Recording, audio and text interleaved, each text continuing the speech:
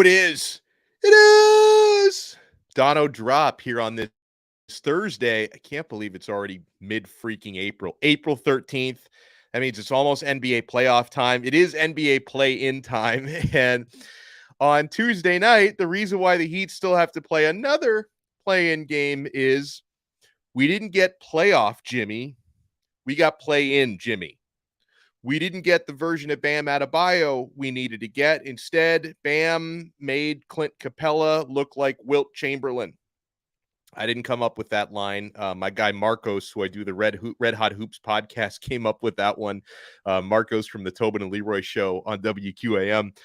And so here we are. And the interesting thing about it is we all expected, I didn't think it was going to be a blowout win or anything like that, but I think most of us expected the Heat just to take care of business against the Atlanta Hawks on Tuesday night. That's all they had to do. Frustrate Trae Young.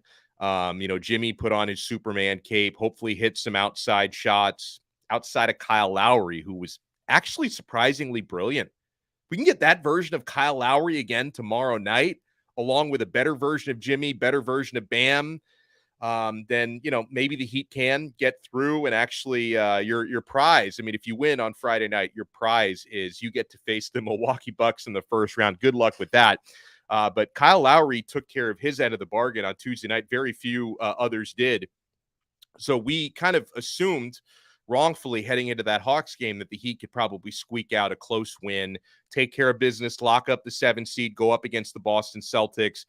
Instead, from the jump, Hawks had better energy, much better shooting. Trae Young looked great. The Heat, really outside of Kyle Lowry and a couple of exceptions, Tyler Hero had a good offensive night, but was exposed defensively. It was one of those bad performances that we've grown way too accustomed with throughout the year. A lot of the bad spots in the regular season, you could chalk it off to look how many guys are injured, or, maybe Jimmy just doesn't take the regular season seriously enough until about game 60, because he said that before, right? That the season doesn't really start mentally for a veteran like Jimmy. It doesn't really start till around game 60. So a lot of those earlier bad spots the Heat had on the schedule, hey, all these guys are out and Jimmy's not taking it seriously enough. I really thought that in a one game at home, winner take all scenario, I thought the Heat would show up better than they did on Tuesday night.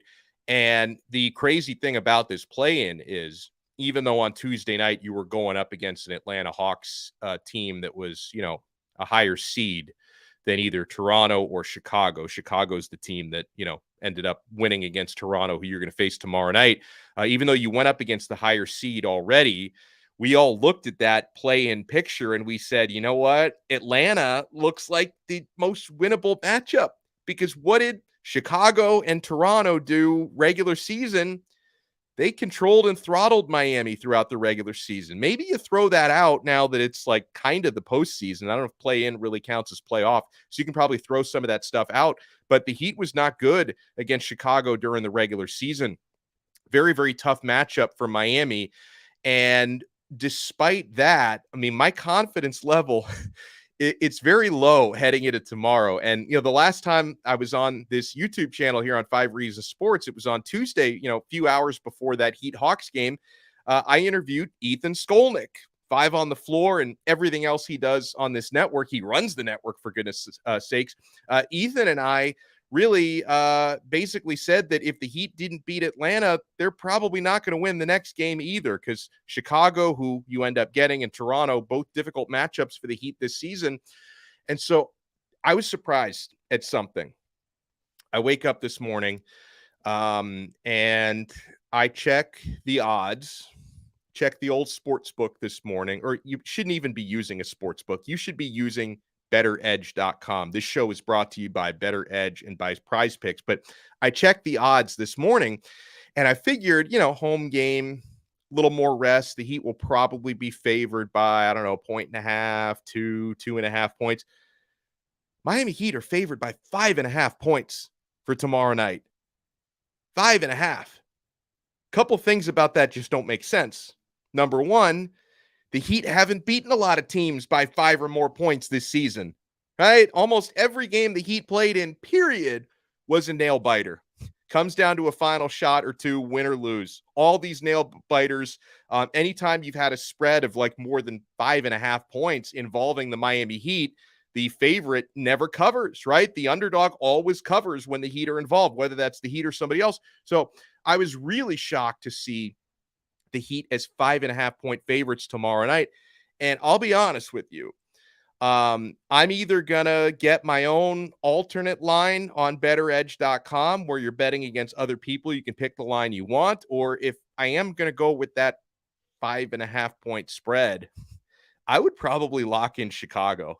And I'm not saying the Heat are going to lose the game necessarily, but if the Heat do get through, it's going to be a slugfest. It's going to be a grinded out type of game. It's going to come down basically to whoever wins the fourth quarter. I think it's what it's going to come down to.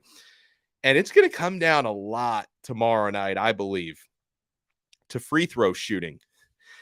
And that in itself is a little bit frightening. Let me see if I can share my screen here. I don't know if something has changed because I don't think DeMar DeRozan's daughter, who DeMar DeRozan, who's like an elementary school kid, I don't think she's going to be making the trip down to South Florida tomorrow unless they've made like alternate arrangements. But you talk about the ultimate advantage. And it wasn't even a home court advantage because the Bulls were on the road yesterday in Canada. Like the Bulls, they're on the road in Toronto. DeMar DeRozan, he allowed his daughter, he said he allowed her to miss one day of school to come to a game. She desperately wanted to go to that Raptors Bulls game. And why not? Because, for all DeMar knew, it might have been the last time she even got a chance to see the Bulls play this year because there was no guarantee they made it to the second game against Miami. And every time the Raptors stepped up to take a free throw in that end of the arena, DeMar's daughter, God bless her. I think this is really cool. Like I'm not making fun of her or anything like that. I don't want anyone to misinterpret this. I think this is really awesome. Every time the Raptors stepped up to take free throws, she is shrieking and distracting them. What? There's DR. I'll tell you what, she's keeping them to about 50%. There's DR.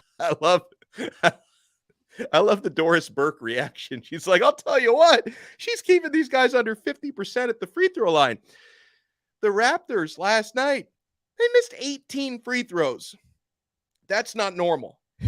And by the way, what DeMar DeRozan, the daughter, what she was doing, it's not against the rules, not illegal, completely within her right as a fan in that arena. I don't even remember what they call that arena in Toronto anymore. Is it the Air Canada Center? The Canadians Are Polite Center, the Canadian Bacon Center? I don't know what they call that place. It's probably Rogers something or other because it seems like Rogers owns everything up there north of the border. But there's no rule against a child sitting in the crowd screaming and trying to distract the other team when they shoot free throws. Missing 18 free throws is not normal. She had something to do with that.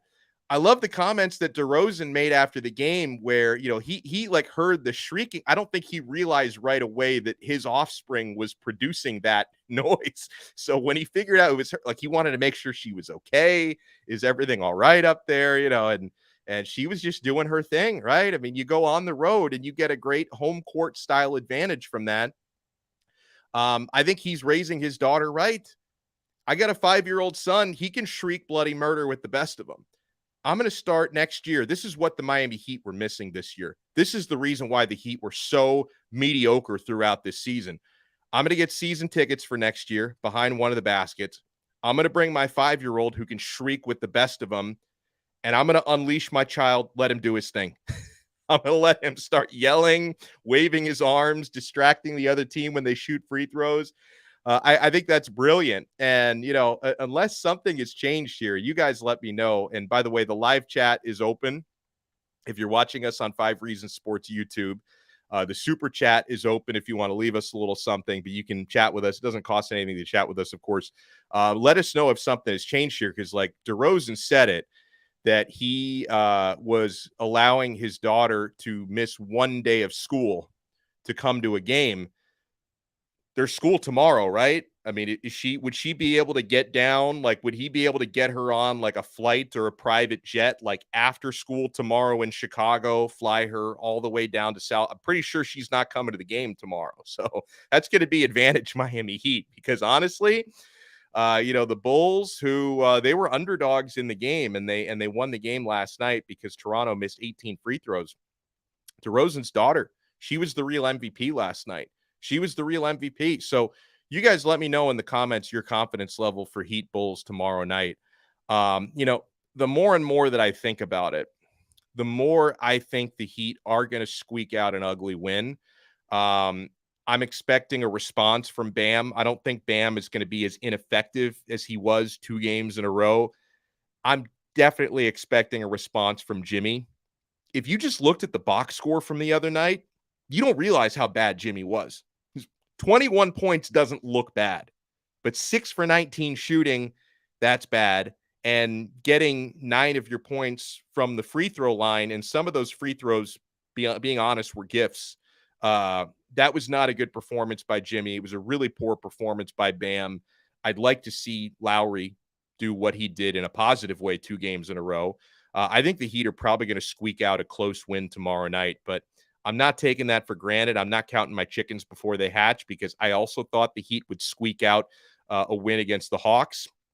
Maybe Miami just decided they want to extend that season for Udonis. Maybe you should play Udonis tomorrow night, by the way, right? Maybe the Heat's plan was, you know what? We don't fear Milwaukee the same way we didn't fear Boston. Why don't we just give UD one extra home game at Kaseya Center? I almost forgot what we're calling that building these days. And that's why the Heat made sure to throw that game the other night. I'm not being serious, of course, but the more and more I think about it, the more I think the Heat probably squeak out a close win tomorrow night. But again, my expectation level heading into Milwaukee, best of 7 series against an awesome Bucks team, I would have rather taken my chances with Boston. I wouldn't have picked the Heat to beat either of those teams in a best of 7 series, but Boston would have been the lesser of 2 evils. Milwaukee is going to be extremely, extremely challenging. Do you know what's not extremely challenging? It's actually very simple. Signing up and getting in on the action at Prize Picks. Prize Picks is an awesome sponsor here on the 5 Reasons Sports Network and on the Donno Drop. If you want to start getting in on this action, parlays, it's daily fantasy made easy, guys. Prizepicks.com or the Prize Picks mobile app. I'm going to be all over it on Friday night. You know who actually killed my Prize Picks selection on Tuesday? Jimmy. Jimmy needed to score. He needed to score 3 more points. I actually had Jimmy and Trae Young overs on the same selection. Trae did his part. Trae went over, as I predicted. Jimmy went under by 2.5 points. So Jimmy blew up my Prize Picks selection the other night. I'm hoping he's going to do better tomorrow. The way that Prize Picks works, guys, I'm telling you, this is going to make your experience watching games even more fun than it already is. You log on to prizepicks.com or the Prize Picks mobile app. You select 2, 3, 4, 5, 6 players and just predict if they're going to go more or less, over or under their stat projections. You can go points and rebounds combined. There's a bunch of different options you can get on there. There's all sorts of stuff for baseball, for soccer, goals and assists combined, stuff like that. And you can go, by the way, in the same selection, you can go all sorts of different sports and leagues. You don't have to keep it to NBA or to the same game or anything like that. And if you get all your predictions correct, you're winning real money. You win 3 times your money for getting 2 selections correct. You can win like 10, 20 times your money if you get multiple selections correct. And make sure when you sign up at prizepicks.com or the Prize Picks mobile app, you use our code 5. That's FIVE. If you type in our code, make sure you don't forget 5, FIVE. Type in our code, and they're going to match your first deposit 100% up to $100. So you deposit $100, they're going to give you $100 in free play money. It's going to double your deposit. That's fantastic. Prize Picks truly is daily fantasy made easy. Now, you also heard me mention betteredge.com. That's BETTOR edge.com. It's sports betting without the sports book. It's actually brilliant. So you're not paying any fees or juice or vig It's a social platform. You're betting against other people and you're getting the lines that you want to, and you're winning real money. And it's fully legal in Florida at betteredge.com. Fully legal because it's not a sports book. It's a social platform. Very easy to deposit and withdraw. Check it out at betteredge.com. That's BETTOR edge.com with our code 5RSN. Here on the Donno Drop on the 5 Reasons Sports Network. I am in a virtual Hard Rock Stadium today. I am going to be tomorrow night. I'm going to be at Drive Pink Stadium in Fort Lauderdale, taking in and covering the University of Miami football spring game. I'm very excited for it because I've been out at most of the practices throughout the spring period. And I think you're going to see better intensity and execution than you've seen in spring games in recent past, because they've been running practices at what I describe as a military style pace with the way they run practices. And I do believe Mario Cristobal has assembled a little bit more and deeper talent at most positions than we've had in recent years. So I'm not predicting them to win 11, 12 games, anything like that. But I do think that the product you see on the field and on TV in the spring game tomorrow night is going to be a little bit better than what we've seen in recent years. So I'm really excited for that. I'm also, hours before the game, I'm going to be doing an appearance with some other Miami Hurricanes YouTubers at the Caneswear store in Davie, which is an awesome shop on University Drive. So if you want to stop by between noon to 2 p.m., you can meet me. You can meet Ben and Joe from the You Heard pod. You can meet Coach Hayes. You can meet Miami Flow. There's going to be a lot of us out there from noon to 2 p.m. tomorrow, so make sure to check that out. And I'm excited for the upcoming NFL draft as well. We're a couple of weeks away from that. April 27th, Thursday night, is when the draft opens. My Miami Dolphins do not have a first-round pick. So really, the fun is going to start for us with the 51st overall pick in the second round on Friday. People have asked me, hey, do I think there's, any chance the Dolphins might trade into the first round? No, I don't think there's any chance of that happening. I think it is possible. You may not want to hear this. I think it is possible you might even trade some of your picks to move down and collect more picks for the third day.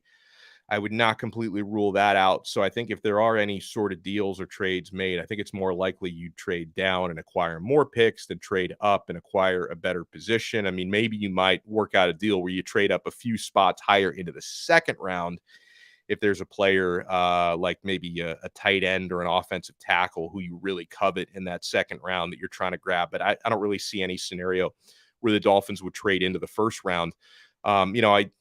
I'm pretty bullish on new defensive coordinator Vic Fangio and what he can get out of that D.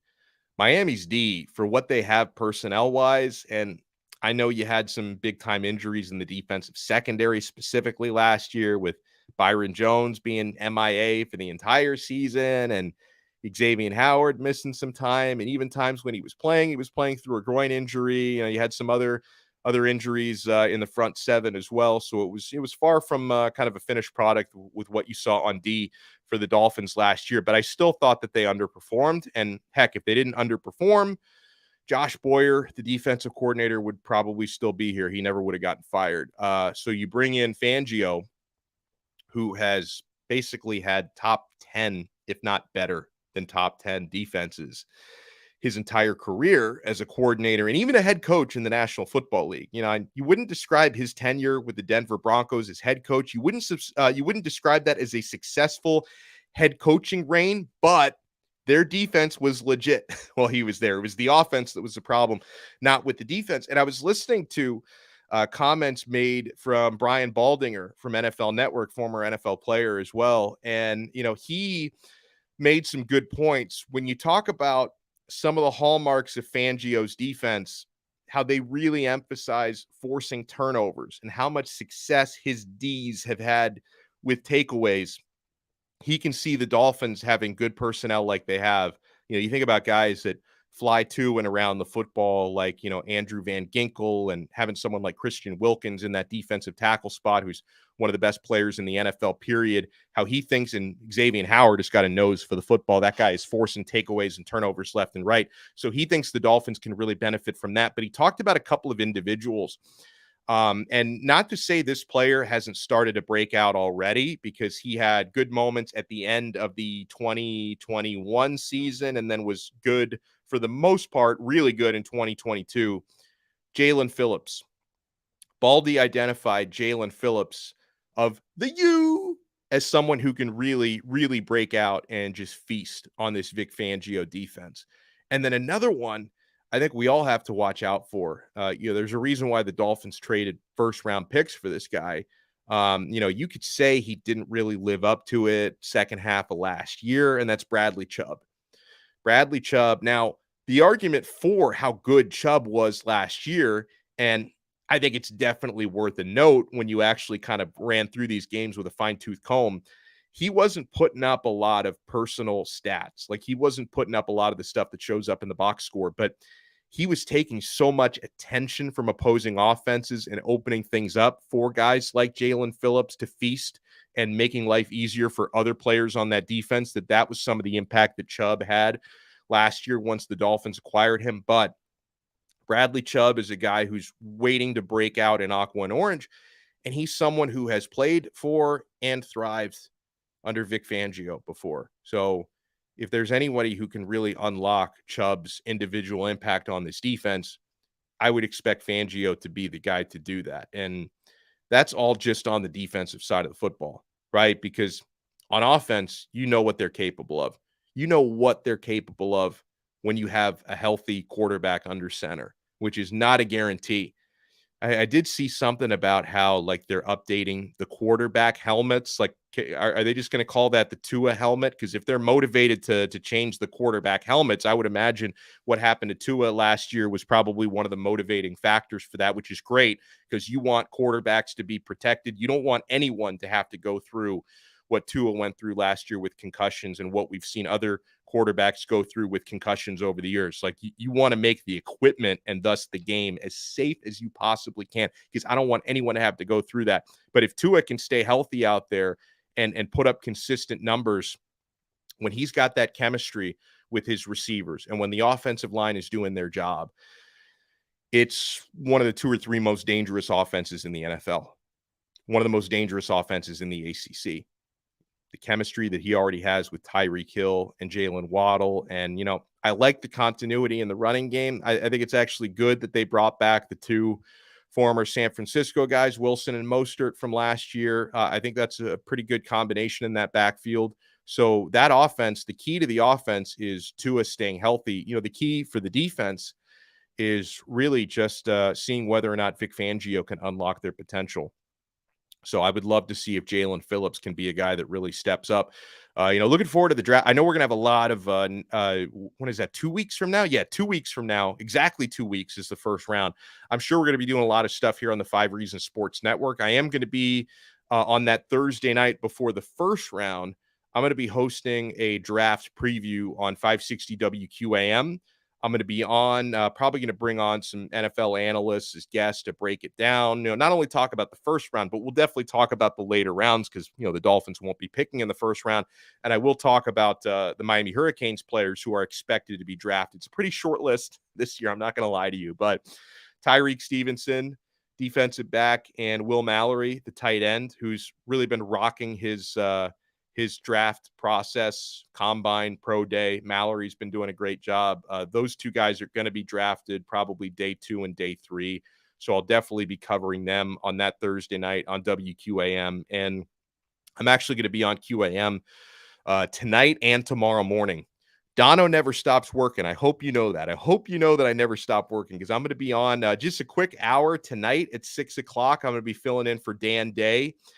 Doing day at night. I guess Donno at night, I guess it'll be tonight from 6 to 7, heading into the Florida Panthers game. And I'll be on with Joe Rose tomorrow morning from 6 to 10. And I'll be hosting a pregame for the spring game tomorrow night at 6 o'clock. And I'll also be doing my daily Locked On Canes podcast and talking Miami Hurricanes football as I do each and every day. And then I come to you guys here whenever I can on the 5 Reasons Sports Network. So make sure you smash that like button and subscribe.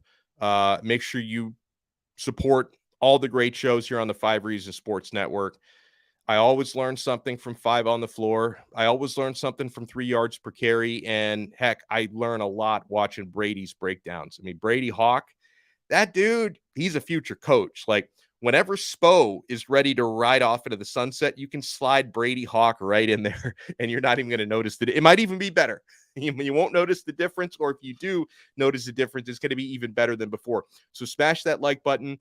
We will talk to you guys again next time on another episode of the Donno Drop here on the 5 Reasons Sports Network. See ya.